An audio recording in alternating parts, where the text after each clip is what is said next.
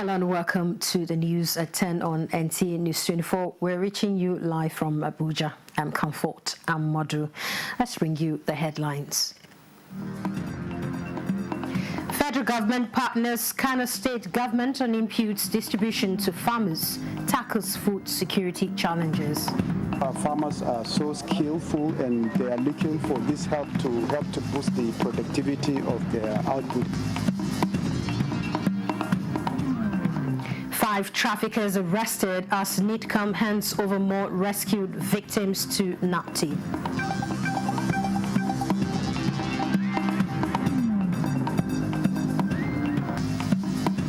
Ogun State government suspends teacher queries principal over student's death.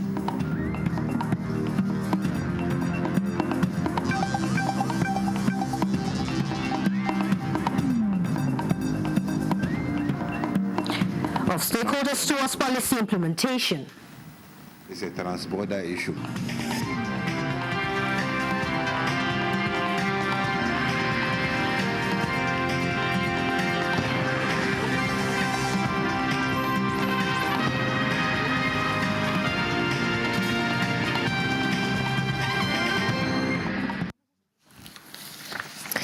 And now let's start with the news. To overcome challenges of food security in the country, the federal government, through Kano's Special Agro Processing Zone, commenced the distribution of inputs to rice and tomato farmers in 16 local government areas of the state. Details with Aminu Umar. The Kano Special Agro-Industrial Processing Zone is an initiative of the federal government to revitalize Nigeria's agricultural sector through the provision of inputs and modern farming techniques.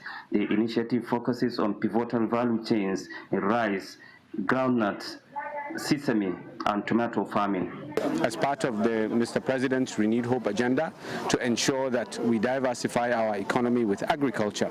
So we're trying to change the narrative of agriculture as a normative way of life, but to a profit-making business to improve the livelihoods of our farmers and also the GDP of our country. This is a pilot project for rice and tomatoes, which is contained there in the SAPZ program. And I'm sure our farmers are so skillful and they are looking for this help to boost the productivity of their output. The beneficiaries who received fertilizer, seeds, and pesticides expressed gratitude for the gesture and pledged to make good use of the assistance. We are really happy with this program, definitely, because we receive a lot of knowledge. We have been trained, not once time, at least 2 to 3 times. We are very happy to receive this support. It will definitely boost our palm products. Thank you, SAPZ and the Kano State government. As a female farmer, the rice seed and fertilizer will empower me. I am sure Kura local government will not only provide more foods for local consumption, but for the whole Nigeria. We are very grateful. They also expressed confidence that the intervention will go a long way in meeting the country's food production needs and setting the stage for long-term economic growth as well as creating job opportunities. In Kano, Aminu Umar, NTA News. Senate ad hoc committee witnesses illegal mining activities within the premises of the National Iron Ore Mining Company in Itakpe, Kogi State. During an on-the-spot assessment visit, National Assembly correspondent Isa Mohammed reports on some of the decision by the ad hoc committee to curb this challenge.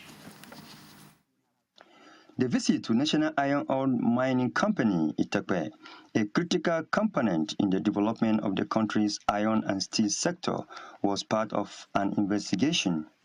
Yeah, our expectation is to see this place producing, so that Nigeria will be counted as one of the steel producing nation. A heartwarming story from the mining factory is that the plant, when revived, has the capacity to produce raw materials not just for Ajakuta steel production, but also viable for other revenue-generating activities. The committee says National Iron Ore Mining Company, Itakpe, is a quintessential example of how strategic establishment can enhance national development, economic growth, skill development, and technological advancement. clear to me that given the challenges of Ajaokuta at this point, that this place can actually function whilst Ajaokuta is being put together. And I tell you why I say so. The product of this Nyogom is something that the entire steel industry utilizes. What we should take positively is that the natural resources are still on ground. They have not been destroyed. So that means all we need to do as a country is put our heads together, put our acts together, and intentionally begin to resuscitate and revive the steel industry. An unexpected aspect of the tour was the committee's citing of illegal mining activities in the forest within the grounds of the mining company, as the absence of perimeter fencing makes it easy for trespassing. The National Iron Ore Mining Company, Itakpe, was established as an offshoot of the mining division of the defunct Nigerian Steel Development Authority during the second and the third national development plans between 1970 to 1980. The plant has the nominal capacity at 2.15 million tons per year, concentrates with iron content of 64 to 67% required to feed Ajaokuta steel production, and expanded as production demand increases. From the National Iron Ore Mining Company, Itakpe, in Kogi State, Isa Muhammad, NTA News. In line with President Bola Ahmed Tinubu's agenda of returning 10 million of out-of-school children back to school and reforming the Almajiri system of education in Nigeria, the National Commission for Almajiri and Out-of-School Children's Education has solicited the support of key players in the education sector towards implementing this policy. Lukman Hassan reports that the team also paid an advocacy visit to the Olubadan and the Olubadan of Ibadan land. The secretary of the commission, Dr. Muhammad Sani Idris, noted there is need to stem the tide of banditry, insurgency, social vices, street begging, and other forms of criminal elements in different parts of the country. Almajiri and out-of-school children's education is a transborder issue. And then when you are addressing it in Nigeria, other countries, other neighboring countries will also have a model worthy of emulation from us. The stakeholders promised their support to the commission to achieve its mandate. Those children that are out of school are those that we are going to hand over baton to, that will be leaders tomorrow.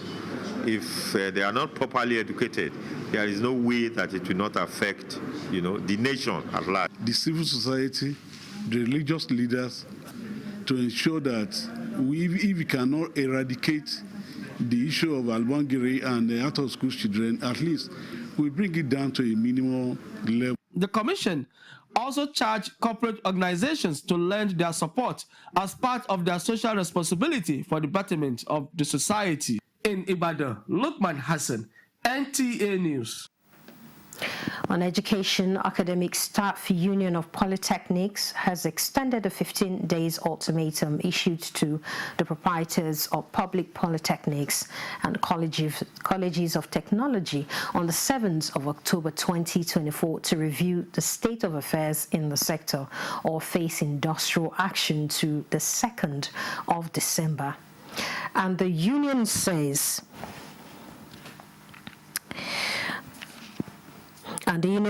this followed the stakeholder meeting convened by the Federal Ministry of Education on the 23rd of October 2024, where resolutions and an action plan were developed to resolve its demand on improving standards in the tertiary institutions. The demands included welfare of staff, intrusion of the NBTE into the statutory responsibilities of academic boards of polytechnics on matters of HND, students' admission, revitalization of infrastructure, payment of all outstanding promotion arrears, payment of outstanding arrears of 25% and 35% salary review from January 2023 to December 2023 23 in the federal polytechnics and colleges of education, colleges of technology, and the implementation of the salary review in the state institution, among many others. And it thanks the federal government for the intervention and its members for the show of solidarity. 17 more young girls trafficked to Ghana have been rescued and brought back to Nigeria, with 5 traffickers arrested with the help of the Ghanaian Anti-Human Trafficking Police and the Nigerian High Commission in Accra.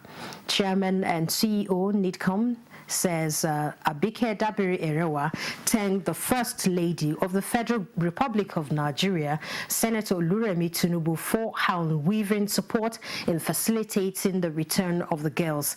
And NIDCOM boss said the renewed hope agenda of President Bola Ahmed Tinubu is committed to combating human trafficking and protecting the rights of Nigerian citizens, both at home and in the diaspora.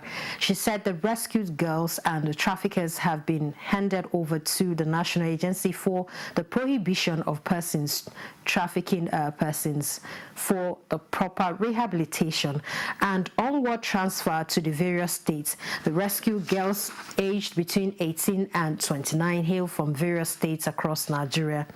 That includes Anambra, Abia, Akwa Ibom, Rivers, Imo, Edo, and Ebonyi. They were lured to Ghana under the false promises of employment, but were forced into sexual exploitation. On getting to Ghana and were forced to take an oath of non-disclosure and allegiance.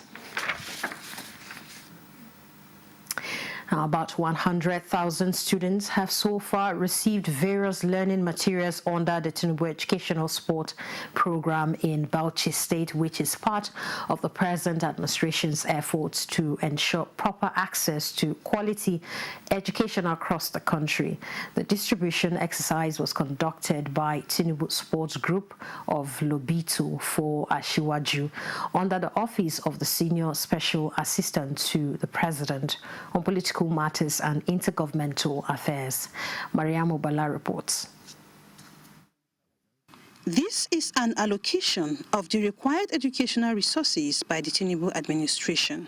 It is aimed at administering a system that will prioritize quality, accessibility, and inclusiveness. We have a large number of out-of-school children, and then this administration of Alhaji Bola Ahmed Tinubu is taking education very serious. With these things, I hope the students will go back to school. That is the most essential part of education. That's the primary schools. 6 schools were selected from each of the 20 local government areas of Bauchi State for primary and secondary students, especially those at the grassroots. It will help their children to improve their knowledge actually. The initiative marks another significant step towards bridging the educational gap and providing a brighter future for the younger generation. In Bauchi, Mariam Obala, NTA News. In Ogun State, the government has suspended a teacher alleged to have beaten and punished one Monday Arijo, an SS2 student of Obada Grammar School, Obada Idiemi, which reportedly led to his demise. A statement by the Ogun State Commissioner for Education, Science and Technology, Professor Abayomi Ari-Bagu, says the incident, which occurred on Friday, the 25th of October, also led to the immediate arrest of the teacher, as the principal of the school, Tamarat Onalapo, was queried for allowing a corporal punishment on the student against the established rules and regulations in the state. He said that a condolence letter has been written to the family of the bereaved, commiserating with them for the demise of the deceased and promising to get justice for the family. And the statement described the late learner as an exceptional student who would be missed by his colleagues, the school, and the state at large. Ogun State government prayed to God to give the family the fortitude to bear the irreparable loss and for the repose of the departed soul. That's rather unfortunate. Let's take a break now. More reports ahead.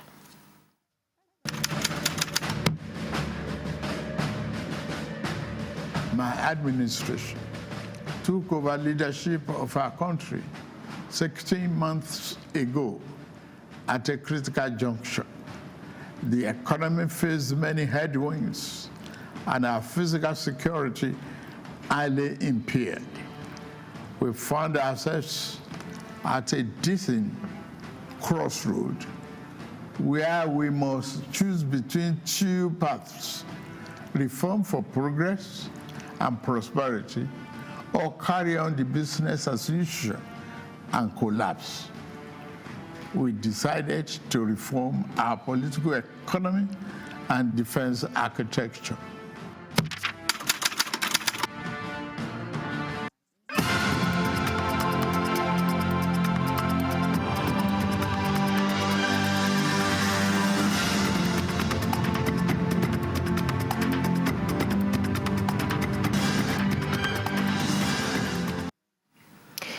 In a blend of innovation and determination, a group of final-year junior secondary school girls has revolutionized approach to technology by developing a humanoid robot assistant. And this report, Tokwe Alabi, dives into the lives of these remarkable teens, capturing their passion, teamwork, and the challenges they overcame to create a fully functional humanoid assistant. It's a story of young minds undeterred by traditional boundaries. In an electrifying display of technological prowess, students of Great Heights Academy, Abuja, unleashed their digital talents during a robotic talent hunt program organized by the school in June 2023. We started this robotics over 5 years ago. We expect that progress and we are happy. The potentials are there. All you need all the time is to give the opportunities. Once the opportunities are there, our children will excel. This group of 7 students stepped up the challenge of integrating modern technologies, including programming, robotics, automation, modeling, and blending graphics while pushing the boundaries of their creativity and technical skills. Great Heights Academy celebrates several. This was what gave birth to Noor, as fondly called, a humanoid robot assistant developed by the students for a smart interactive presence to assist visitors to the school. We used ChatGPT as our companion and it gave us some libraries, but those libraries only worked with Microsoft's operating system, and the device we have works with Linux operating system. Initially, it seemed like a far-fetched dream, but with the help and support of our mentors, we realized it was possible. We have some limitations. Like now, the response time, we do not want it to be this late, but because of limitations of some devices, the response time had to be slow. And also the way it is, it's supposed to be bigger than this. So when they came up with this idea that they wanted to do a project like this, and we told them, okay, it is actually possible, but then their input and their time and dedication will need this. There are a lot of problems in the society that we need creativity, innovation, critical thinking to solve. You also agree with me that technology education fosters that. Closing the tech gender gap is already in sight, with girls exhibiting extraordinary powers of these amazing innovations. I learned some components and I learned how to use some tools like soldering iron, glue gun, and hammer. I've learned that if I set my goals, I can achieve them. Khadija is 14. She aspires to become a cardiologist, while Salamatu intends to be an architect. Both will be leveraging their knowledge of AutoCAD. Aside from the technical experiences, the moral experiences, teamwork, hard work. Like now, these are robots. It can, if organizations, banks, hospitals can have something like this, it will help a lot of people. The future, they say, belongs to digitally savvy. And with the school providing this opportunity and platform for students to unleash their potentials and creativity, students are poised to make their mark in the ever-evolving technological landscape. In Abuja, Tokwe Alabi, NTA News. Conversations at the 2024 Future of Health Pre-Conference, an initiative of the Nigerian Health Watch, wants active involvement of youths and making them drivers in implementing solutions to address climate challenge issues and its impact on national growth. The engagement held in Abuja focused on amplifying youth voices for climate health action. Oluseyi Adiagbo was there. 40% of Nigerians are under age 30, while 42% are under 15, as the young population of the country remains a substantial economic asset. Concerns keep growing regarding the imperative of this set to take a leading role in addressing climate change challenges, as the demography is most likely to bear the brunt of its effects. Many trees are falling off their roots. Ecosystem is filled with fumes, humans inhaling smoke, choking off their ignorance. No jokes. By leading advocacy efforts, integrating climate education, leveraging technology, and building partnerships, you can significantly influence the fight for climate change. Key players in national health sector and climate change believe this meeting is in response to global warming issues, which are already causing significant damage, as evidenced by recent floods and ongoing devastation across the country. When we talk about climate change, there's also the huge environmental aspect. I'm sure many of you live in places where you go outside, there's rubbish everywhere. Is that the government to solve, or is it you? We never used to be this way. 20, 30 years ago, we had environmental sanitation days where people took responsibility for their environment. There's a lot that we collectively can do, and there's a lot that young people can definitely do. So young people need to understand that local action is one of the best ways to engage themselves, and also to give themselves to learning and education. As the challenges and impacts of climate change keep intensifying on health, Nigeria Health Watch says young people are essential in driving innovative solutions for a sustainable future, and an increased engagement of youth will amplify the cause of tackling the barriers. In Abuja, Oluseyi Adiagbo, NTA News. And now to security matters, with a large consignment of illicit drug being recovered by operatives of the National Drug Law Enforcement Agency, NTA, at the Shrine in Lagos. Salwa Khalil Ibrahim reports on some of the major recoveries and uncovering of the agency within the outgone week. A total of 2,118 pills of tramadol concealed in soles of 13 pairs of shoes going to Cyprus were seized at the export shed of the Lagos airport on 12th October 2024, and additional 380 recovered from the home of the sender in a follow-up operation in Enugu. Meanwhile, NDLEA operatives in Lagos on Friday, 25th October, raided a shrine at the Alpha Beach, Abuja, where jumbo bags of Ghanaian loud, a strain of cannabis, were recovered and 2 suspects were arrested. A total of 11,786 pills of tramadol, molly, rofinol, and diazepam, as well as 64 bottles of codeine syrup, were recovered from an underground storage. The suspect dug the illicit drug storage deep in his bedroom. Seizures and arrests were also made in Plateau, Abuja, Edo, and Osun states during the week under review. In Abuja, Salwa Khalil Ibrahim, NTA News. News at 10 is broadcast live on NTA News 24. More reports ahead. Don't go away.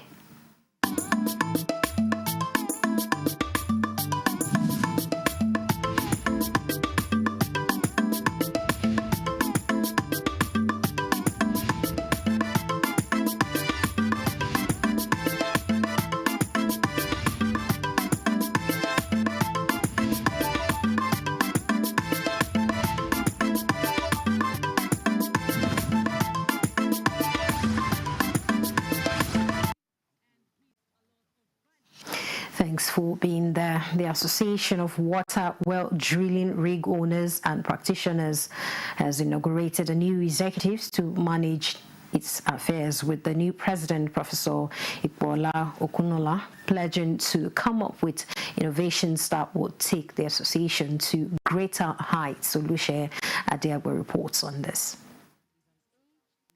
It's the unending quest of the three tiers of government to provide potable water for the populace, but meeting demand of the growing population requires partnership.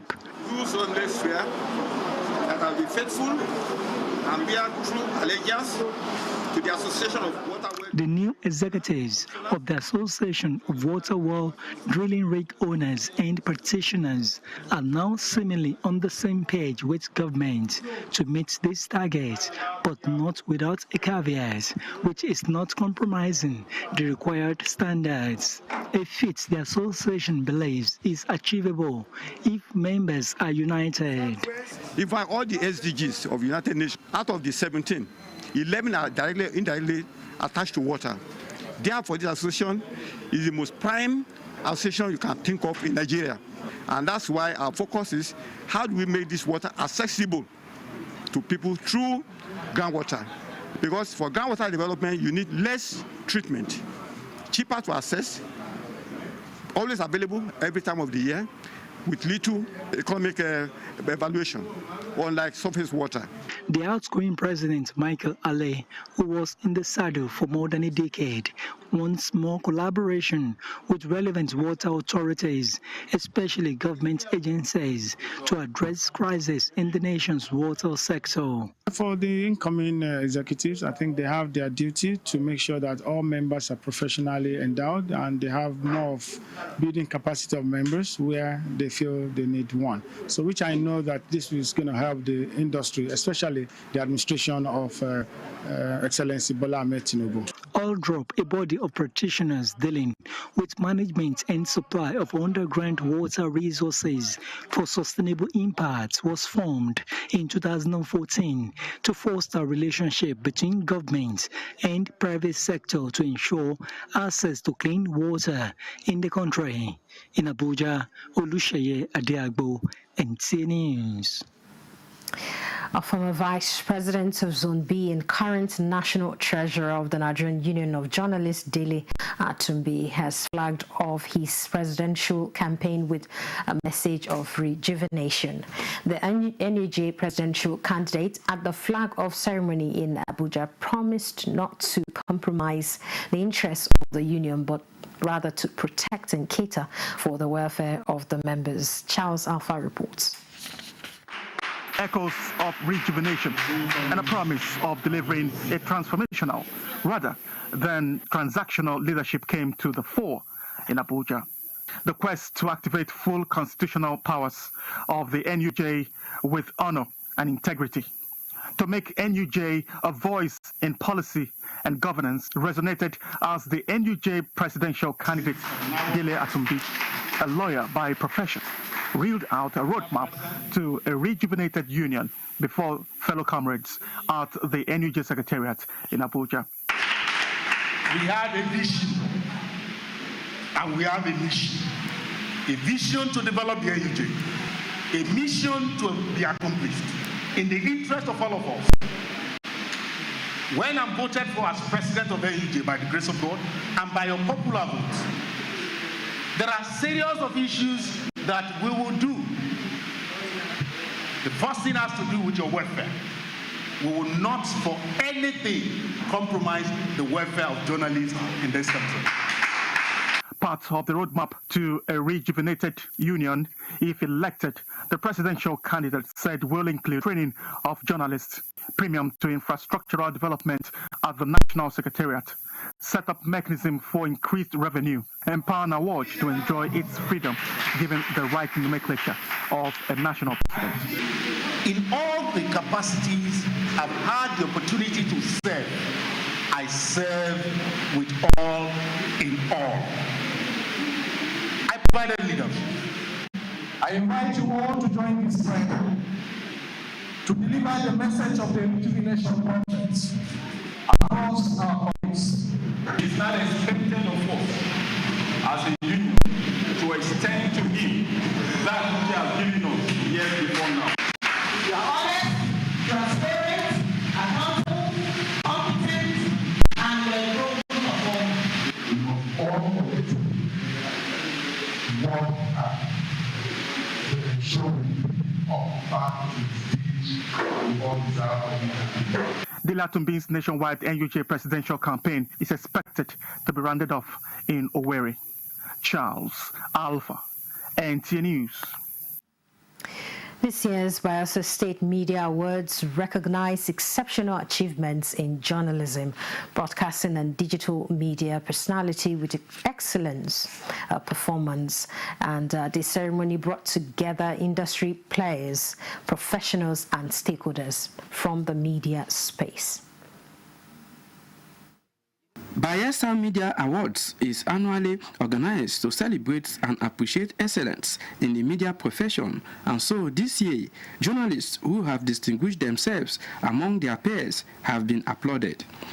The 2024 edition saw the parade of media stars in the state as nominated for the awards in various categories. NTA Yenegua Manager News and Current Affairs Joseph Orok awarded as one of the best news editor. Also awarded is Assistant Manager News Aya Presi as one of the best reporter, while Assistant Manager News Ibinemi Zitimiola was presented Award of Excellence. When the little effort you put in is being recognized by various stakeholders, and a special day of this nature, you are called out to be recognized. So I feel good. I think it's a call for more effort. For me, it is commitment and passion to telling stories and focusing on issues that resonate deeply. One thing is key. It is continuous commitment to excellence. I will describe it as a call to do more. I feel honored and I feel humbled. Project Manager, Bayelsa Media Awards, Victor Bineware, and the General Manager of NTA Yenegua, Daoju White, speak on the essence of the media event. We actually started this because we noticed that nationally, most persons that were from this part of the country were not really given that recognition. Possibly, we don't know the reason, because a lot of veterans, they serve and retire without even being recognized.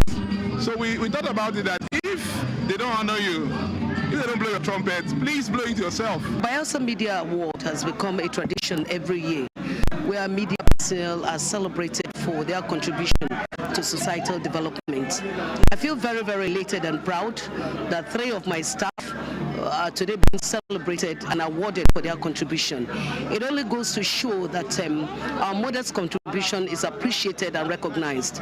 The media event, which had in attendance top government functionaries and traditional institutions, witnessed the display of the rich cultural heritage of the people of the Niger Delta region.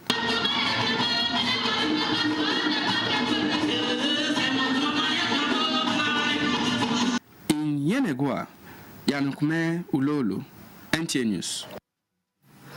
Let's turn our attention to Osun State, where hundreds of the residents enjoyed life-changing free medical care at the state specialist hospital in Osogbo, the Osun State capital. Femi Afarogo reports that the wife of the Osun State governor organized these free medical outreach and also gave out food items to the elderly. For some time now, 59-year-old Kayode Taiwo found himself struggling with worsening symptoms of diabetes due to lack of funds to access regular and proper health care.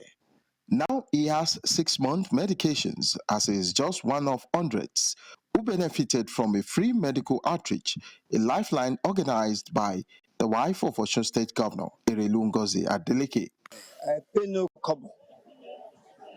And this program is very, very good. I've been delaying my eyesight in visiting the professional for like 2 years now. And since I heard about this opportunity, I took the opportunity. Medical personnel from the United States and United Kingdom did consultation, diabetes screening, blood sugar level testing, eye and dental checkup, among others. We are going to give them drugs that will last them for 6 months, plus palliatives. But the palliatives are for the selected widows and the aged, not for the younger ones that can fend for themselves. Our administration is ready to collaborate with any non-governmental organizations that's ready to partner with us. For 5 days, the free medical outreach impacted on less privileged persons like Mr. Kayode, who came from across the state. In Oshogbo, Femi Afariogun, NTA News.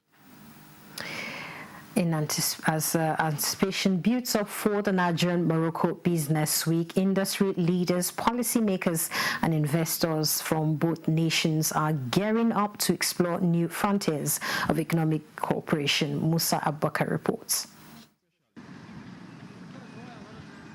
Nigeria and Morocco trade relations shows a mixed trend, with Nigeria's export to Morocco growing at an annual rate of 3.67% over 5 years, while Morocco's export to Nigeria is set to decline at the rate of 1.88% over the same period. But this is about to change with Nigeria and Morocco Business Week in sight, as both countries are exploring opportunities beyond energy, including renewable energy development, agriculture, and training programs. Mainly, we want to foster closer economic ties between the two countries that have so long-standing historical ties. We want to translate those ties into more concrete economic ties. And the Business Week actually is to involve a number of Nigerian companies and government departments and ministries who have already arrived here in Casablanca. With a focus on key sectors like agriculture, manufacturing, and energy, the Investment Summit fosters collaboration, unlocking opportunities that benefit both countries. Ahmed, who is now the Minister of Regional Development, is here. Actually, effectively, the leader of the Nigerian. He is meeting with the Association of Steel Producers Development in Morocco to discuss areas of cooperation. The forum encourages sustainable partnerships to drive regional prosperity. From Casablanca in Morocco, Musa Abubakar, NTA News.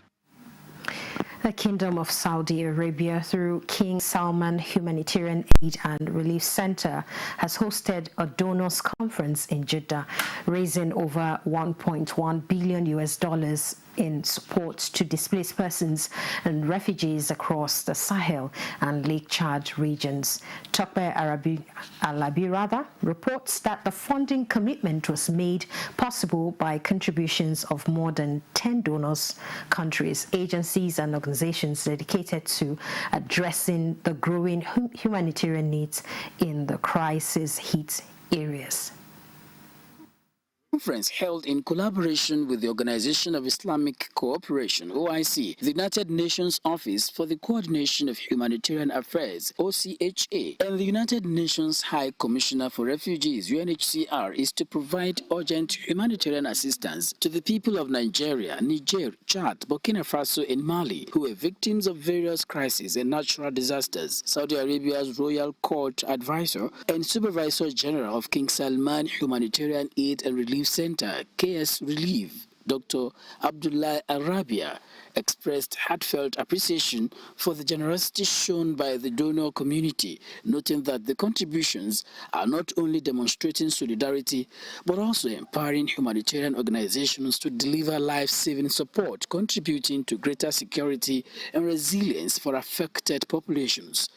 The importance of public-private partnership, like the Kingdom of Saudi Arabia is engaging the private sector, engaging also through public fundraising campaigns, how to raise attention for certain crises. OIC Secretary General Hussein Ibrahim Toha stated that the conference is a testament to international unity, providing a platform for dialogue among humanitarian leaders. United Nations Secretary General Antonio Guterres also lauded Saudi Arabia and the OIC for leading the event. I sincerely thank all those that have contributed for their generosity.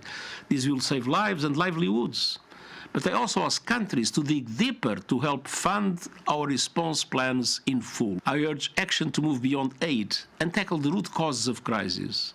The Director General of Nigeria's National Emergency Management Agency, Zubaida Abubakar Umar, who was on the Nigerian delegation, also shared her insights about the recent devastating flood that ravaged some parts of the northern Nigeria. We ensure that the community leaders take the lead, so also the state emergency management agencies. We also partner with the likes of the Red Cross, the OCHA, and This collaborative process ensures that relief efforts are informed by the voices of the affected populations. With over 30 million people in the Sahel and the Chad regions requiring immediate assistance, the Kingdom of Saudi Arabia further strengthened its commitment to the region by pledging an additional $30 million, bringing its total contributions for 2024 to $51 million. Tope Alabi, NTA News. In the face of economic uncertainty, many Nigerians are turning to entrepreneurship as means of survival, from small-scale manufacturers to online business owners. And this resilience and creativity of these individuals are inspiring Ibrahim and Hamidu to meet some entrepreneurs in the FCT who are thriving amidst several challenges.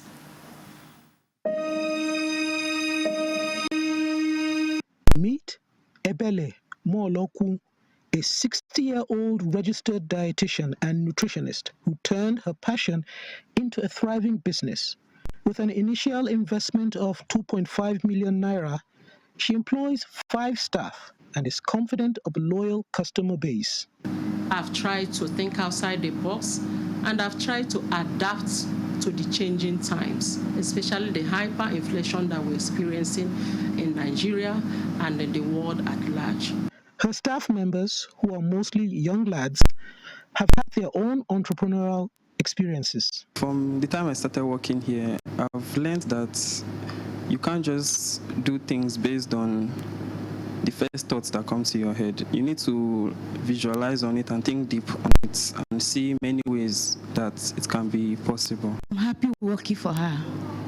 Maybe when things go on, I believe that I will be at the top when I leave here. Self-employed is doing something that you know that you can fetch money rather than depending on government. Then there is Lillian Adegbola, a creative entrepreneur who takes calculated risks to produce innovative content.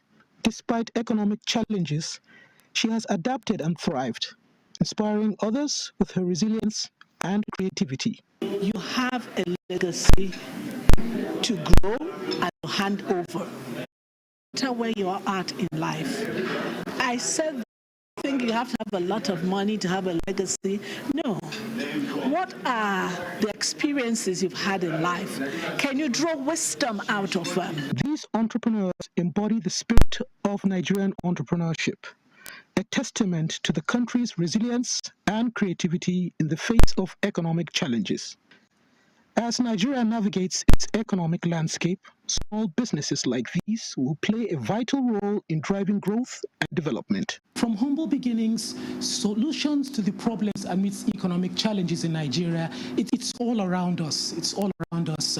From her experience in the kitchen, she came up with this magnificent solution. I have seen firsthand how entrepreneurs are turning their ideas into reality, creating jobs and opportunities for others. Their stories are a testament to the power of innovation and determination. In Abuja, Ibrahim and Hamidu, NTA News. Well, in other news, the Federal Capital Territory Police Command has confirmed the collapse of a building situated in Veda's estate within the Sabon Lugbe extension.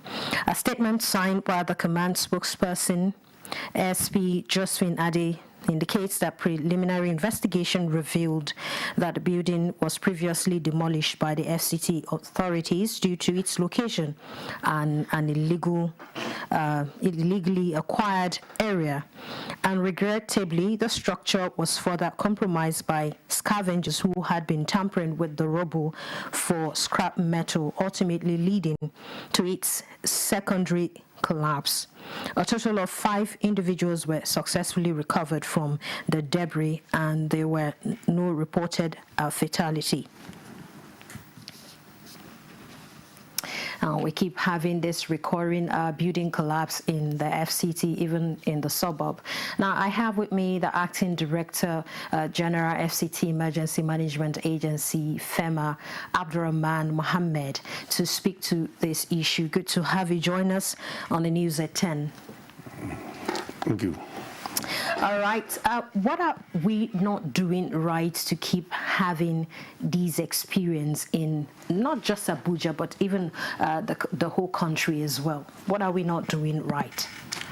What we are not doing right is people are not following the rule.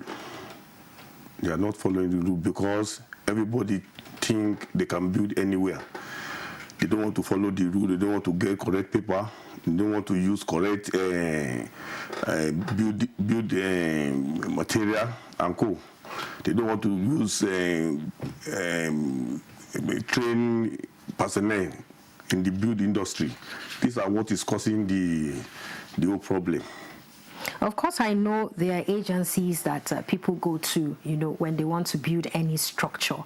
Is it that they are the ones not doing their jobs right, or these people are cutting corners, like you said? But what's in place to check these recurring decimal? The people are not doing the correct thing. Like what happened in Sabolugbe on Saturday. Development control were on the site on Friday, knowing fully that development control would not work on Saturday. The scavenger went there and looking for iron road. That's what exactly happened. But you can see, even the people, the already development control are already developed, they are demolishing that place because that place does not follow rule.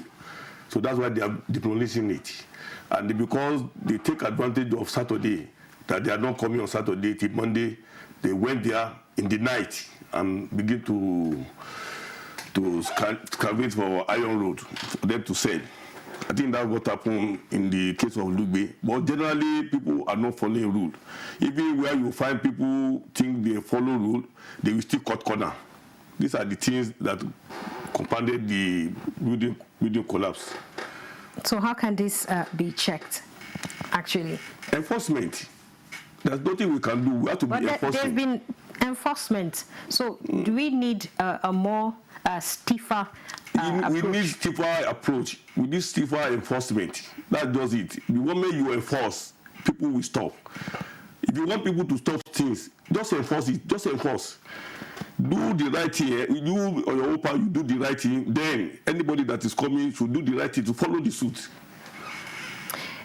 I actually re-emphasized the issue of stiffer measures and penalties to these things, because when a building collapse happens, it's not just the owner that will lose their property, but the people, probably builders, where maybe it's a new building or an old building like this one.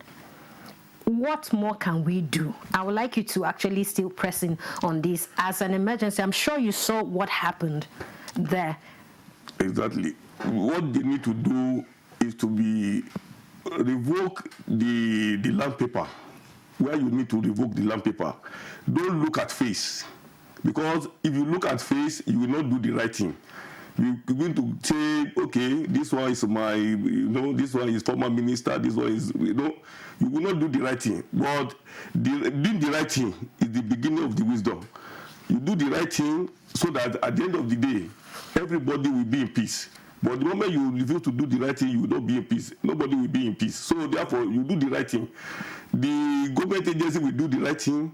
The people that are building do the right thing. The engineers will decide and builders will decide to do the right thing. Everybody has to do the right thing. If along the line, we refuse, somebody compromise, that's the problem you will have.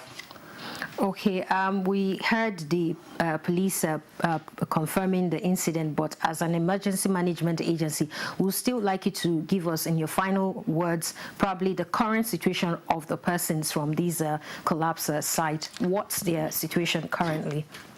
Their situation is that we were able to rescue 7 people on the site. 5 people died on the site. 2 people died maybe in the hospital. So about a total of about 7 people died, and a total of about 9 people were rescued. They are in FMC, Federal Medical Center, Abuja. That's really unfortunate. Let's have your final words to builders and owners of this property. We keep on saying we have to do the right thing. Let us do the right thing. If we don't build where you support not to build. There are floodplains area, don't build there. Where government have a mark that is a floodplain, it's a no-go area, let us not go there. Why are we wasting money? If you look at the water pool in Lube, the amount they lose is enormous. And we are complaining that there's no money. And people are ready to lose their money. So I'm pleading to Nigerians, let's not build where we support not to build. Let's consider if they allocate the land to you and you discover that it's a floodplain, go back, complain that this place is a floodplain. Let them change it for you. These are the things we can do. All right, thank you so much, Engineer Abdul Rahman Mohammed, the Acting Director General, FCT Emergency Management Agency, FEMA, for making out time to join us on the news to speak to this issue, which is very, very crucial because it involves life and all. Thank you so much. Thank you. All right, that's the news. Thanks for watching. I'm Comfort. I'm Madu. Good morning.